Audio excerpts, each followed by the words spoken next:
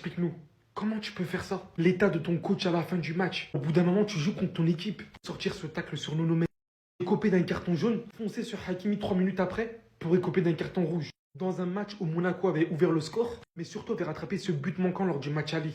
Ensuite, forcément, le but de Marquinhos, et en infériorité numérique, le but de Kvaratskhelia. Et même malgré ça, les Monégasques égalisent à la fin du match. Et voici l'état du coach en passant à ça, du dernier but qui aurait pu envoyer le match en prolongation. Franchement, pour moi, c'est inadmissible. Il a laissé pour moi son équipe en plan ce soir. Dans un match où il y avait de la place pour Monaco, de manière décomplexée, ils étaient en train de jouer, espérer qualification contre le Paris Saint-Germain, les champions en titre. Et la manière dont il les a laissés en plan, écopés d'un carton rouge comme ça avec 2 jaunes en 3 minutes. Mais un conseil, franchement, rattrape-toi bien les prochains jours. Je sais pas comment, de quelle manière, mais là c'est incroyable ce que tu as fait, frérot. C'est des choses à ne pas faire. Qu'une seule chose à dire. Merci l'AS Monaco. Merci d'avoir respecté le blason, respecté l'emblème, le logo. Voilà comment on a rendu le meilleur entraîneur du monde à la fin du match. Lui-même, il sait. Parce que sans ce carton rouge, je pense que le Paris Saint-Germain aurait eu beaucoup de fil à retordre. Et je pense même qu'on se serait qualifié. Je l'ai déjà dit dans une vidéo précédente, le deuxième jaune est sévère, mais bien joué à l'expérience d'Hakimi. Pocognoli, lève-toi. Lève-toi. Parce que ce que t'as fait là, t'as contrarié le meilleur entraîneur du monde. T'es venu, t'avais des idées. Bloc haut, très haut. T'as contrarié, t'as empêché la première relance vers Vitinha. Ils y arrivaient plus. Heureusement qu'il y avait Nuno Mendes pour sortir un peu de temps en temps le ballon. Aujourd'hui, j'ai vu que des bonhommes sur la pelouse. Denis Zakaria, Lamine Camara, mais quelle prestation. Même toi, Mamadou Koulibaly, je t'en veux pas. Manqué d'expérience, mais c'est comme ça. C'est la vie. Woodface, il a fait un match de fou. Même le jeune Bamba aussi, incroyable. J'ai rien à dire. Les gars, merci de nous avoir honorés aujourd'hui. Merci. On se rappelle qu'on affrontait le champion d'Europe. Personne nous donnait cher de notre peau. En plus de ça, vu notre saison, c'était compliqué. Vous avez laissé tout ce que vous aviez sur ce terrain-là. Donc je peux que être fier de vous. Merci l'AS Monaco. Y a pas de quoi être fier, hein. On a été cataclysmique, on a été catastrophique les frères. 2 buts partout entre le PSG et Monaco dans un match qui aurait été compliqué du début à la fin. Dans un match où tu te fais égaliser à la toute fin du match alors qu'ils ont un carton rouge, alors qu'ils sont en infériorité numérique, on a été cataclysmique. Cataclysmique. Alors oui, on a un gros temps fort lors de l'obtention du carton rouge et encore heureux. On marque 2 buts coup sur coup, encore heureux. Parce que hormis ça, le match, il est cataclysmique. J'ai même pas de top ce soir. C'est vous dire à quel point on a été nul. Je n'ai aucun top ce soir. Certains ont été moins pires que d'autres, mais aucun peut être considéré comme un top. C'est ça la vérité. Par contre, des flops, j'en ai. Des flops, j'en ai, les frères. Malgré tout, le but, c'est pas de tirer sur qui que ce soit. C'est pas grave. On va retenir la qualification et c'est tout. On va retenir que ça parce qu'on a été absolument extendo. Et moi, je vais retenir une chose. Lorsque Vitinha n'est pas au niveau, l'équipe n'est pas au niveau. En fait, c'est une année comme on dépend entièrement de Vitinha, c'est la folie. On dépend entièrement de ce mec, c'est grave. C'est complètement grave. Les gars, franchement, qualification du PSG, mais il n'y a pas de quoi être fier. Je vous le dis, il n'y a pas de quoi être fier. Le PSG qui fait 2-2 au Parc des Princes, en étant à 10 contre 11, en faisant une première mi-temps, mais catastrophique. Une première mi-temps indigne de la Ligue des Champions et du PSG. Des joueurs sans motivation, qui ont la tête baissée, qui discutent pas entre eux, qui se motivent pas. Comme si c'était un match amical ou que c'était la Ligue 1. Alors qu'on parle de la Ligue des Champions. Je suis parisien, mais heureusement que Monaco, ils prennent un carton rouge. Je vous le dis. Heureusement qu'ils prennent un rouge, sinon ça aurait été compliqué. Bah déjà ça a été compliqué, bah ouais, alors là ça aurait été encore plus compliqué. En plus sur le carton rouge, sur l'action du rouge, coup franc, on marque, Marquinhos, il met le but. Donc ça fait du bien et ça remotive les troupes. Mais je vous dis clairement, prochain tour c'est face à Chelsea ou face au Barça. Si on joue de cette manière, avec cette mentalité, c'est impossible de passer en quart. Jamais de la vie. Vraiment on n'est pas bon, cette saison. Il y a quelques fulgurances par-ci, par-là. Et sur 90 minutes, il y a trop de faiblesses. Et si on se réveille pas en huitième de finale, les gars, je vous le dis, on sort direct. Que ce soit Chelsea ou le Barça, ils vont nous écraser. Niveau motivation, eux là, ils vont être motivés à nous battre. Dans leur tête, on est les champions d'Europe. En plus, il y a un petit passif entre Chelsea ou avec le Barça par rapport à nous. Donc quoi qu'il arrive, ils vont être motivés. Donc les joueurs du PSG, va falloir se réveiller à un moment donné. On est au mois de février, ça y est, la saison elle a commencé en août. J'espère vraiment que Luis Enrique il va pouvoir réveiller les troupes parce que là, c'est dur à regarder. C'est dur à regarder carrément. Un Paris Saint-Germain honteux. Honteux, n'ayons pas peur des mots. Les gars, c'est pas parce qu'on est champion d'Europe qu'on n'a rien le droit de dire. Moi, ce soir, j'ai honte. le match que le PSG a proposé, il est inadmissible. À tous les niveaux. Et on peut remercier Monaco. Parce que au match aller, ils se sont sabotés tout seuls. L'arbitre, il n'a pas donné une main pour le 3-3. Là, au match retour, expulsion des Monégasques encore une fois. Et le rouge, on peut en parler. Les gars, c'est inadmissible comment on joue. Faire 2-2 alors qu'ils sont réduits à 10 depuis le début de la seconde période, ça veut dire qu'on est incapable d'accélérer, de mettre des buts supplémentaires, de trouver la faille et de se mettre en sécurité. Et que dire de la dernière occasion? Les gars, coup franc, dernière minute. Il y a 3 Monégasques qui sont tout seuls. Les joueurs du PSG, vous prenez qui? Comment ça se fait qu'on ne sait plus défendre à ce point-là? Sincèrement, mes Parisiens, l'heure est à l'humilité. On est certes les champions d'Europe, mais le back-to-back là, on va arrêter d'en parler. Si on y arrive, tant mieux. Mais là, on doit faire profil bas parce que je vous jure, on est dégueulasse. On n'est vraiment pas bon cette saison. C'est une réalité. Dire ce qu'on veut, mais le seul responsable de l'équipe qu'on a aujourd'hui, c'est Luis Enrique. Oui. Et Bertrand Latour a totalement raison. Parce que sur le plateau de Canal, à la fin du match, il a dit que la saison dernière, c'était une équipe mort de faim. Aujourd'hui, ce sont des sénateurs qui sont sur le terrain. Et Dieu seul sait à quel point je ne le porte pas forcément sur mon cœur, dans mon cœur. Mais pour le coup, il a totalement raison. On est sur une équipe du PSG qui est totalement différente de la saison dernière, alors qu'elle possède les mêmes joueurs. À un joueur près, Gigio Donnarumma. Et oui, on est tous d'accord pour dire que l'absence de Ousmane Dembélé est très préjudiciable pour le PSG. On est tous d'accord sur ça.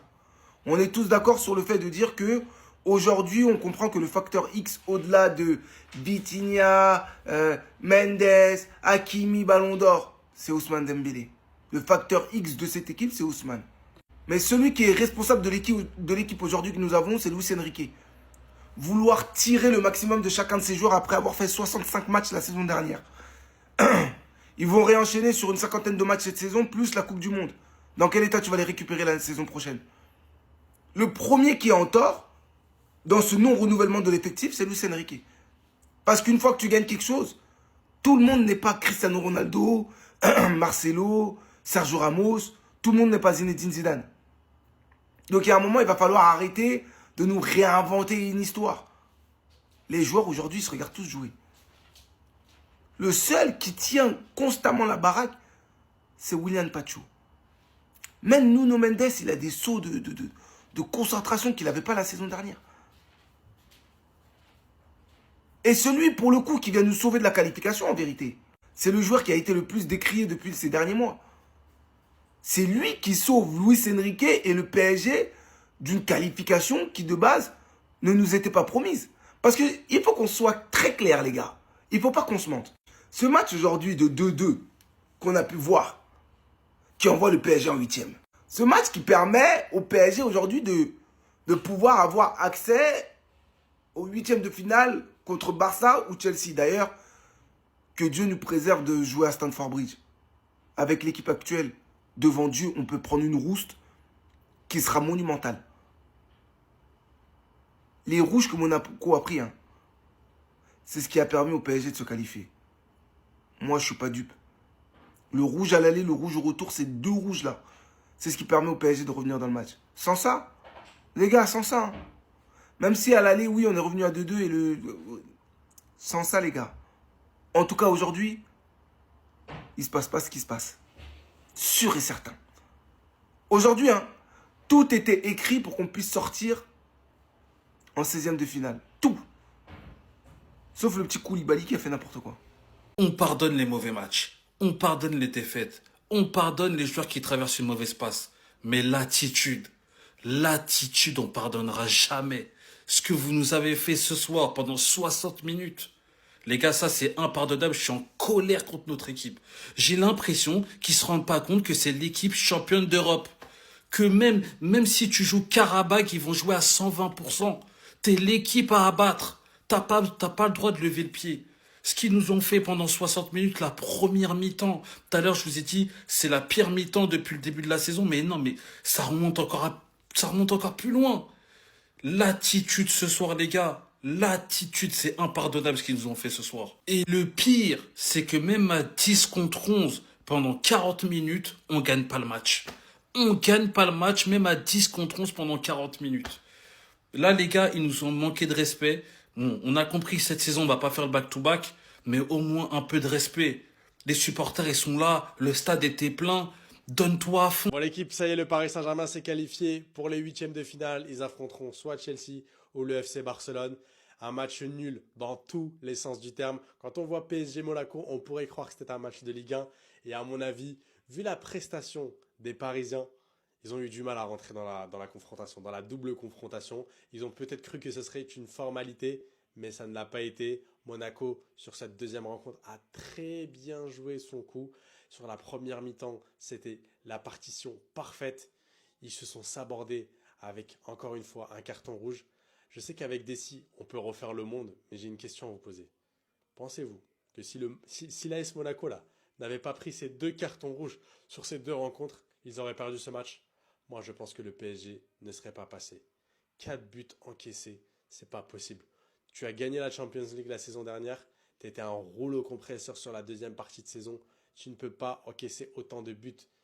Quand ça va jouer face au PSG, face au FC Barcelone, quand ça va jouer face à Chelsea, face à des équipes du top 5, là, ça va pas pardonner. Donc, est-ce que c'est dû au fait que les Parisiens n'ont pas pris au sérieux cette équipe de Monaco parce qu'ils ont l'habitude de jouer face à eux, qu'ils ont l'habitude de les faire tourner? C'est fortement plausible, mais je pense aussi qu'il y a quand même des lacunes en défense et il y a une intensité qui est vraiment devenue de plus en plus faible au fur et à mesure de cette saison. Et je suis très inquiet parce que si tu joues face au FC Barcelone avec le trio d'attaque des Rashford, des Lamine Yamal, des Ferran Torres, des Lewandowski, des Rafinha, ça peut aller très très vite. Ça peut aller très très vite. Donc, affaire à suivre. Le PSG ne m'a pas rassuré sur cette rencontre. On a vu qu'ils ont vraiment profité du carton rouge. J'attends de voir vendredi midi, le tirage au sort. N'hésitez pas à me faire savoir en commentaire ce que vous avez pensé du PSG. Mais je suis un peu déçu. Après, Kvara, les gars, j'ai envie de vous dire un truc. Kvara, quel grinta. Pas peur de le dire, hein. On n'est rien sans Vitinha. Sans Vitinha, le PSG n'est rien. Et la phrase, elle est forte, hein, mais je la pense à 100%. Sans Vitinha, le PSG n'est rien. On parle souvent de l'apport des latéraux, l'apport de Dembélé, même l'apport de Vitinha, on en parle. Mais en fait, c'est pas qu'un apport, c'est une omnidépendance. On est omnidépendant de Vitinha. Si Vitinha ne fait pas un bon match, le PSG ne fait jamais un bon match. Quand Vitinha est en deçà, le PSG est cataclysmique. Quand Vitinha joue, le PSG joue tout simplement. Et vous allez me dire, c'est logique, c'est ton meneur de jeu. Oui, mais la dépendance, elle est trop folle. Je peux te citer plein de clubs qui ont un meneur de jeu qui est la pièce centrale de leur effectif. C'est pas pour autant que lorsqu'il est absent, il y a autant de différences de niveau. Ou même lorsqu'il est présent mais qu'il est en deçà, qu'il est cramé, tout ça, il y a une différence de niveau à ce point-là. Là, les gars, il faut se le dire. Vitinha, ce soir, il est présent, mais il n'est pas bon. Vitinha n'est pas bon parce qu'il est cramé et ça se sent parce que le mec joue tous les matchs, et je dis bien tous les matchs, lui il est pas chaud.